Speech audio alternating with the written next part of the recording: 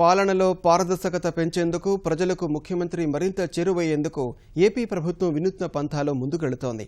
కైజాల యాప్కు AP CM connect feature జోడించి సరికొత్త సాంకేతిక పరిజ్ఞానాన్ని అందుబాటులోకి తెచ్చింది.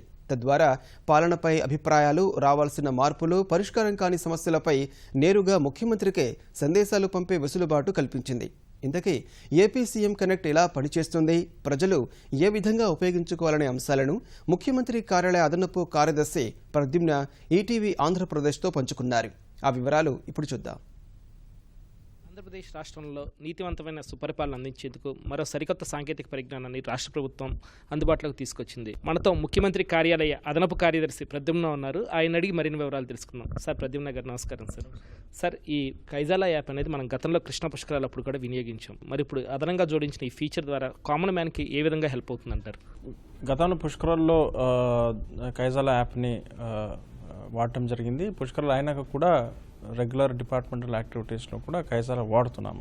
కైజాల వాడటం చూసినప్పుడు సీఎం గారు ఏమన్నారంటే, ఎవరైనా నాతో డైరెక్ట్గా నేరుగా ఎవరికి తెలియకుండా నేరుగా ఏదైనా నాకు ఫీడ్బ్యాక్ ఇవ్వాలంటే, అభిప్రాయం ఇవ్వాలంటే దానికి ఏదైనా చేయగలుగుతామా అని వాళ్ళకి చెప్పినప్పుడు వాళ్ళు కైజాల యాప్లోనే ఒక కొత్త ఫీచర్ సీఎం కనెక్ట్ అని తీసుకువచ్చారు.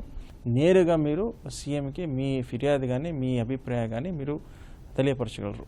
వచ్చిన ఇన్ఫర్మేషన్ని వెంటనే అనలైజ్ చేసి రియల్ టైంలో అనలైజ్ చేసి దాన్ని ఏ విధంగా దాన్ని బట్టి చర్యలు తీసుకోవాలనేది కూడా చూడవచ్చు.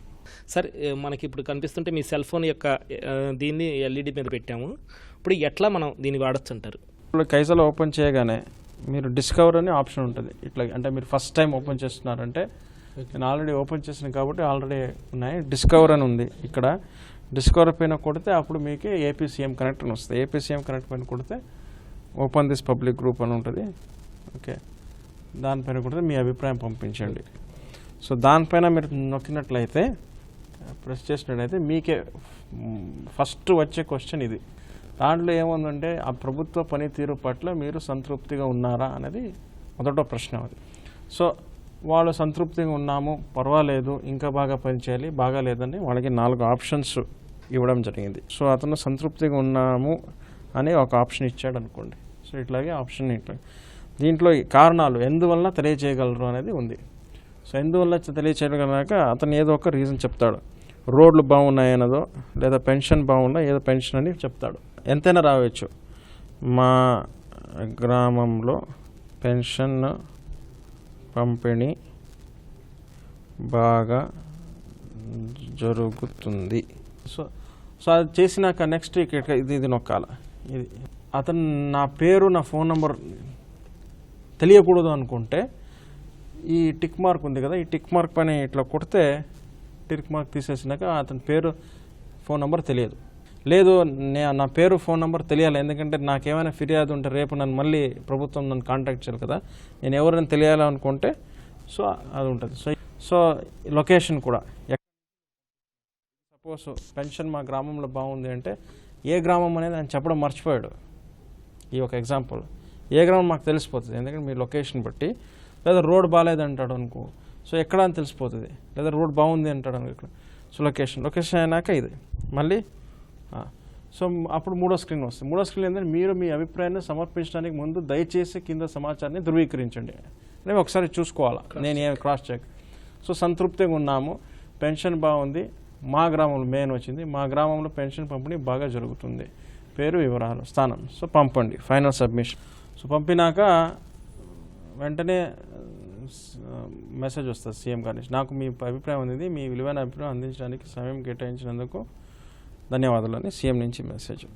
సో ఇది నేను మళ్ళీ 5 నిమిషాల తర్వాత మళ్ళీ నేను అభిప్రాయం పంపించవచ్చు. సో ఇప్పుడు సంతృప్తిగా ఉన్నాను అప్పుడు పంపిస్తే, ఇప్పుడు పర్వాలేదని పంపిస్తాను. ఎందుకు పర్వాలేదంటే ఇంకేదో కారణం రాస్తాను నేను, ఊర్లో ఉన్న సమస్య. సో ఈ విధంగా నిరంతరంగా ప్రజలు వాళ్ళ ప్రభుత్వ పట్ల, పనితీరు పట్ల వాళ్ళ అభిప్రాయాన్ని చెప్పుకోవడానికి ఇది ఒక అవకాశం. సీఎం అనుకుంటే ఎన్ని క్వశ్చన్స్ అయినా పెట్టవచ్చు. ఇంకా సీఎం గారు మళ్ళీ ఇంకొక ప్రశ్న పెట్టారు. ఆ ప్రశ్న ఏంటి, మీరు ఇప్పుడు ఎదుర్కొంటున్నటువంటి అత్యంత ముఖ్యమైనటువంటి సమస్య ఏంటి అనేది పెట్టారు. సో అది కూడా వస్తాయి. సో రోజు ఎన్ని క్వశ్చన్స్ అయినా పంపించవచ్చు. ఒకవేళ ఏమి ప్రశ్నలు రాలేదనుకోండి, మీకైతే ఈ ఆప్షన్ డిఫాల్ట్గా ఉంటుంది. సో వాళ్ళు ఎక్కడైనా వెళ్ళినప్పుడు వాళ్ళకి ఏదో బాగా నచ్చింది అనుకోండి, నచ్చింది అని రాయవచ్చు. నచ్చలేదనుకోండి, ఓపెన్ చేసి నచ్చలేదని రాయవచ్చు. డిఫాల్ట్ క్వశ్చన్ ఆప్షన్ సెలెక్ట్ చేసుకుని కానీ ఎలాంటి ఫిర్యాదు అయినా ఇక్కడ ఏదైనా మనం రాయొచ్చు. చేసుకోవచ్చు అంటారు. ఇక రేపు ఇంకా 2-3 క్వశ్చన్స్ డిఫాల్ట్ క్వశ్చన్స్ పెడతాం. లాంచ్ చేసిన గంటలోనే దాదాపు 3,000 ఎస్ఎంఎస్ల దాకా మనకు అభిప్రాయాలు అనేవి వచ్చాయి. డిఫరెంట్ వాటన్నిటిని స్క్రూట్నీ ఎలా జరుగుతుంది? దానికి అనలిటిక్స్ పెట్టడం జరుగుతుంది. Man power plus machine learning, అది కేటగరైజ్ చేస్తాం సమస్యల్ని. పెన్షన్ ఎంతమందికి ఉంది సమస్య, లేదా రేషన్ ఎంతమందికి ఉంది, లేదా రోడ్ ఎంతమందికి ఉంది, లేదా బాగుంది అనేవాడు చెప్తున్నది. సో దాంట్లో అందరూ సమస్యలు చెప్తున్నారు అనేది కాదు కదా. కొందరు ఏదో ఫీడ్బ్యాక్ ఇస్తూ ఉండవచ్చు, బాగుంది కానీ ఇంకా బాగా చేయవచ్చు, లేదా నిజంగా బాగుంది 100% బాగుంది. సో వచ్చిన 5,000 కూడా సమస్యలు కాదు. సీఎం గారు అనౌన్స్ చేస్తున్నప్పుడు దాదాపుగా 79% బాగుంది అని చెప్పారు. సో వచ్చినటువంటి ఫీడ్బ్యాక్ అని టెక్నాలజీ వాడి సమస్యలను కేటగరైజ్ చేసి కాల్ సెంటర్ ద్వారా, కమాండ్ సెంటర్ ద్వారా ఆ డిపార్ట్మెంట్స్ పంపించి చర్యలు తీసుకోవడం జరుగుతుంది. దీని ఫ్యూచర్లో ఇంకెలా డెవలప్ చేయబోతున్నారు? ఈ మైక్రోసాఫ్ట్ టీంతో సీఎం గారు కూడా మీటింగ్ చేయడం జరిగింది. ఇప్పటికే కొన్ని సిస్టమ్స్ మన దగ్గర ఉన్నాయి మీకోసము. ఇప్పుడు రేపు కాల్ సెంటర్ ఇనాగ్రేట్ అవుతుంది, కమాండ్ సెంటర్ ఉంది, అలర్ట్ సిస్టమ్ ఉంది. ఇవన్నీ ఇంటిగ్రేట్ చేయాలా. ఎక్కడ ఏ సోర్స్ నుంచి వచ్చినా అల్టిమేట్గా డిపార్ట్మెంట్కి వెళ్ళాలా, ఆ కింద స్థాయి అధికారి వరకు వెళ్ళాలా. ఆ ఒక అధికారి దానికి కావాల్సినటువంటి చర్యలు తీసుకొని మళ్ళీ తెలియజేయాలా, ఇట్లా చేసుకున్నాము, ఇదిగో ఇట్లా చర్యలు తీసుకున్నాము, ఈ యొక్క గ్రీవెన్స్ అడ్రస్ అయింది, లేదంటే ఈ అభిప్రాయం మేరకు ఇలాంటి స్టెప్స్ తీసుకున్నామని చెప్పగలగాల. సో ఇది ఒక నిరంతర ప్రక్రియ. ఇది ప్రభుత్వ పరిపాలనకు సాంకేతిక జోడించి పారదర్శకత పెంచేందుకు తీసుకుంటున్న చర్యల్లో ఒక భాగం. ప్రజలు తమ ఫిర్యాదులే కాదు, ఎలాంటి అభిప్రాయాలైనా సరే తెలిపేందుకు ఈ కైజాలా యాప్ అనేది ఉపయోగపడేలా దీన్ని తీర్చిదిద్దారు. కెమెరా పర్సన్ ఏ నాగరాజ్తో VS Krishna, ETV news, Amaravati.